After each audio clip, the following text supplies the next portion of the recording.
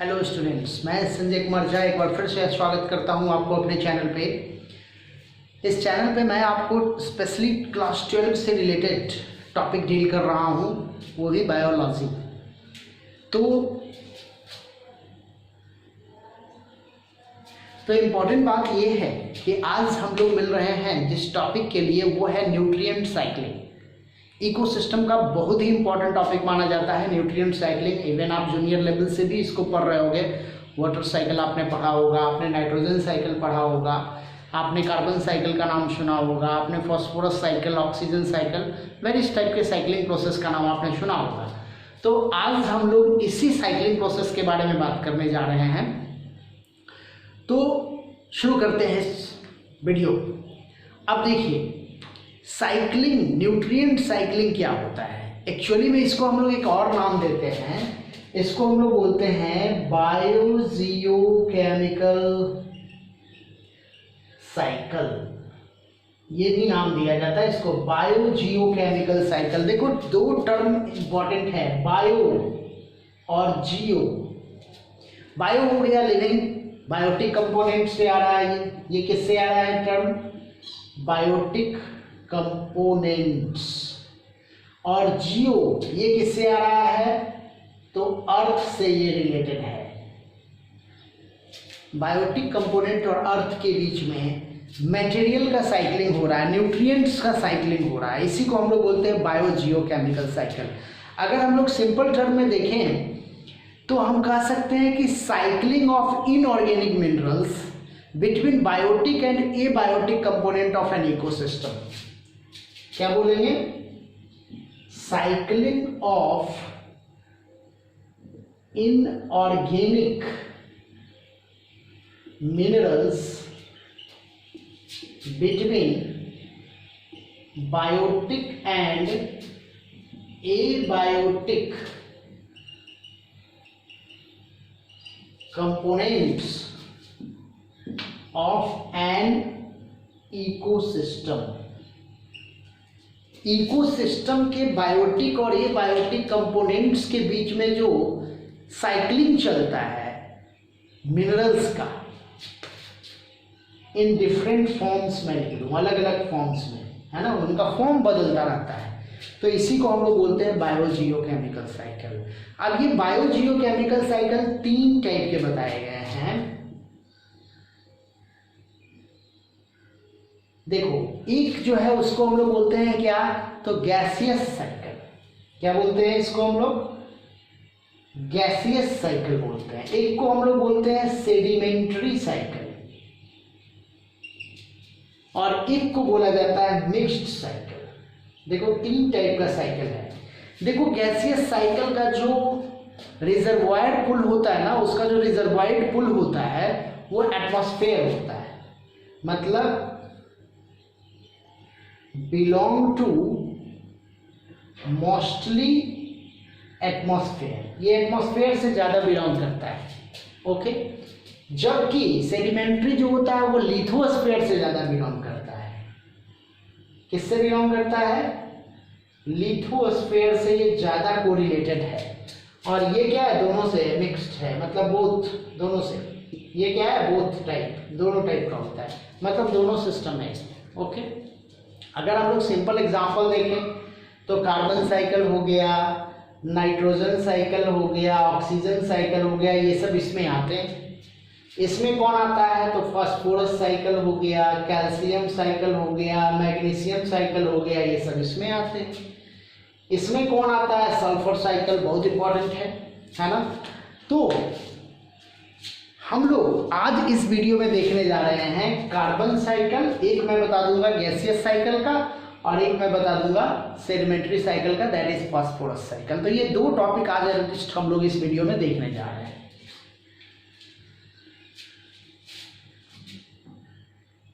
तो सबसे पहले हम लोग समझते हैं किसके बारे में? कार्बन साइकिल के बारे में। देखो, कुछ इंपॉर्टेंट इंफॉर्मेशन मैं आपको बता दूं कि जब भी आपको साइकिल लिखना हो तो आपको कुछ बातों की पता होनी चाहिए, कुछ बातों की जानकारी आपको होनी चाहिए। सबसे पहला जानकारी क्या होना चाहिए आपको कि इसका सोर्स क्या है, दूसरा जानकारी उस सोर्स के अंदर फॉर्म्स क्या है, मतलब किस फॉर्म में पाए जाते हैं। तीसरी जानकारी आपको होनी चाहिए कि how this forms are interlinked together.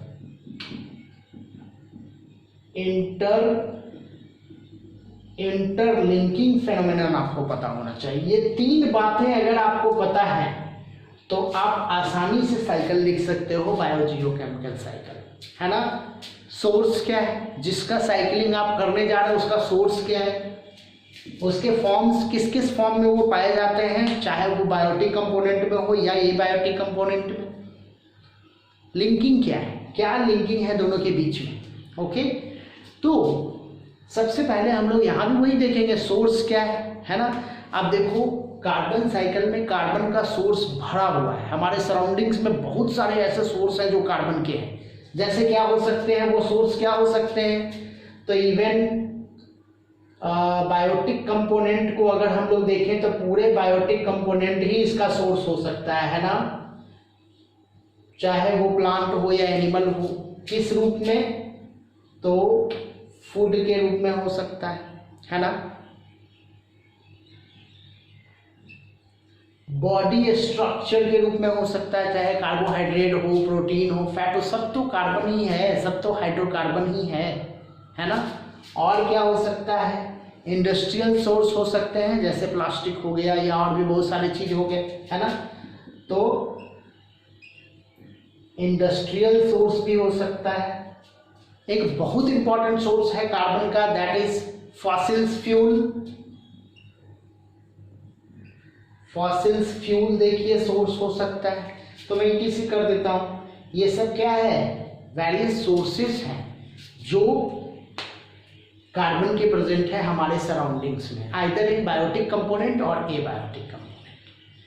दूसरा इंपॉर्टेंट बात कि how this source are interlinked together, इसके लिए आपको क्या करना पड़ेगा, इसके लिए आपको एक कह सकते हैं एक फ्लो चार्ट बनाना पड़ेगा, है ना। जैसे देखो, जैसे कार्बन डाइऑक्साइड के फॉर्म में ये पाया जाता है, कहाँ पाया जाता है, तो एटमॉस्फेयर में, मैंने लिख दिया एटमॉस्फेयर में। नाउ दिस कार्बन डाइऑक्साइड, इस कार्बन डाइऑक्साइड को कौन ले रहा है, प्लांट ले रहा है। क्यों, प्रोसेस क्या है, व्हाट आर द फेनोमेनन, तो फेनोमेनन क्या है, फोटोसिंथेसिस। फोटोसिंथेसिस के थ्रू ये प्लांट में आया। आपको जानकारी होनी चाहिए कि लगभग 4 × 10⁻13 kg carbon dioxide per year photosynthesis के द्वारा क्या होता है, स्टेबलाइज होता है। कितना होता है, 4 × 10⁻13 kg per year carbon dioxide जो होता है ना वो स्टेबलाइज होता है by the means of photosynthesis with the help of plant. Okay, ठीक है। अब देखिए इस प्लांट को फूड के रूप में डायरेक्टली या इनडायरेक्टली कौन खा रहा है, तो एनिमल्स खा रहा है ना। और एनिमल जब रेस्पायरेशन करता है, चाहे ये प्लांट भी जब रेस्पायरेशन करता है तो कार्बन डाइऑक्साइड रिलीज करता है। देखिए तो एक साइकिल बन रहा है ना, एक साइकिल बन रहा है ना। ओके, अब देखिए अगला लिंक मैं दिखा रहा हूं इसका आपको कि यही कार्बन डाइऑक्साइड देखो एसिड रेन के थ्रू, किसके थ्रू, एसिड रेन के थ्रू H2CO3 के रूप में आता है सॉइल में और क्या बना देता है, कार्बोनेट, बाइकार्बोनेट, इसका फॉर्मेशन करता है। ओके, सॉइल में। तो देखिए एक लिंकिंग यहां मिल गया हमको। अब क्या होता है, चाहे ये प्लांट हो या एनिमल हो, जब इसका डेथ होगा, डिकम्पोज करेगा, कार्बनाइजेशन होगा, तो क्या होगा, ये फॉसिल्स फ्यूल में चेंज करता है। तो चलिए क्या हो गया भाई, फॉसिल्स फ्यूल में कन्वर्ट कर गया, है ना, बाय द मीन्स ऑफ क्या, मैं लिख देता हूं कार्बोनाइजेशन। और इस फॉसिल्स फ्यूल से डायरेक्टली कार्बन डाइऑक्साइड रिलीज हुआ by the means of combustion, है ना। कंबशन प्रोसेस के द्वारा ये कार्बन डाइऑक्साइड फिर से वापस आ गया एनवायरमेंट में। समझ में आ रही बात। तो ये क्या हुआ, एक साइक्लिक रिप्रेजेंटेशन हुआ ना, कार्बन साइकिल जिसको हम लोग बोल रहे हैं, ठीक ना। तो इस तरह से कार्बन साइकिल पूरे इन्वायरमेंट में, पूरे सराउंडिंग्स में चलता रहता है। क्लियर है? अब हम लोग बात कर लेंगे क्या, अच्छा एक और कुछ इंपॉर्टेंट इन्फॉर्मेशन मैं और दे दूं कि लगभग 71% ग्लोबल कार्बन डाइऑक्साइड जो है ना वो ओशियन के द्वारा डिपॉजिट है, मतलब ओशियन में डिजॉल्व फॉर्म में। कितना? अबाउट 71% किसमें है? ओशियन में डिजॉल्व फॉर्म में पाया जाता है। ओके, और बाकी रेस्ट जो है आपका 49% लगभग हो जाता है किसमें? ऑर्गेनिज्म के अंदर। ये नहीं है मतलब अब ओशियन के अंदर भी जो ऑर्गेनिज्म होगा, ऐसे तो आपको लग रहा होगा कि भाई 71% तो 49% तो बहुत ज़्यादा हो गया। नहीं, एक्चुअली में ओशियन के अंदर जो वाटर, ओशियन के अंदर जो ऑर्गेनिज्म है वो भी इसमें इंक्लूडेड हो जाएंगे। तो ऐसा कहा जाता है कि 49% of the dead matter of the organism is commonly carbon, उसमें कार्बन होता है। ऑर्गेनिज्म के बॉडी का 49% हिस्सा कार्बन ही होता है और रेस्ट जो होता है वो वाटर होता है। ओके, ठीक है। तो इस तरह से हम लोगों ने समझा कार्बन साइकिल। अब हम लोग बात करेंगे, मैंने बताया था आपको, मैं सेडिमेंट्री साइकिल का एक एग्जांपल दूंगा, दैट इज फास्फोरस साइकिल। ठीक, तो चलिए देखते हैं हम लोग फास्फोरस साइकिल। तो चलिए बच्चों, हम लोग देखने जा रहे हैं अब फास्फोरस साइकिल। देखो फास्फोरस साइकिल ये कैसा साइकिल है? फास्फोरस साइकिल कैसा साइकिल है? तो एक टाइप का सेडिमेंट्री साइकिल है, मतलब इसका जो रिजर्वॉयर पुल होता है वो क्या होता है? लिथोस्फीयर होता है, जैसा मैंने पहले भी बताया आपको। अब सोर्स क्या है? फास्फोरस का क्या सोर्स है? तो देखिए एक्चुअली में फास्फोरस का सोर्स देखिएगा तो आपको न्यूक्लिक एसिड मिलेगा। न्यूक्लिक एसिड में फास्फोरस डीएनए आरएनए में न्यूक्लियोटाइड के रूप में फास्फोरस पाया जाता है। और कहाँ मिलेगा? तो बोन के रूप में मिलेगा, टिथ के रूप में मिलेगा आपको फास्फोरस, है ना। कुछ एमिनो एसिड में भी फास्फोरस पाए जाते हैं। Some of the amino acid also consist phosphorus, है ना। आप फॉस्फोलिपिड ले सकते हो, सेल का काफी इंपॉर्टेंट कॉन्स्टिट्यूएंट होता है, सेल मेम्ब्रेन में फॉस्फोलिपिड पाए जाते हैं। तो ये सब क्या हुआ, ETC में कर देता हूँ, ये सब क्या हुआ? Various source of phosphorus. Then how they are interlinked together, कैसे इंटरलिंक्ड है ना। अच्छा, फॉस्फेट के फॉर्म में सॉइल में पाया जाता है, वो भी लिख दें। फॉस्फेट के फॉर्म में सॉइल में सॉल्ट पाया जाता है, रॉक्स पाया जाता है ना। नाउ अब देखिए समझिएगा, हम लोग बात करते हैं सबसे पहले प्लांट से प्रोड्यूशन, है ना। तो प्लांट के अंदर क्या पाया जाता है? फास्फोरस पाया जाता है, इवन एमिनो एसिड होगा, फॉस्फोलिपिड, बहुत सारा चीज होता है। तो प्लांट जो है वो फूड के रूप में किसके पास आया? तो एनिमल्स के पास आ गया। ठीक, अब देखिए एनिमल जो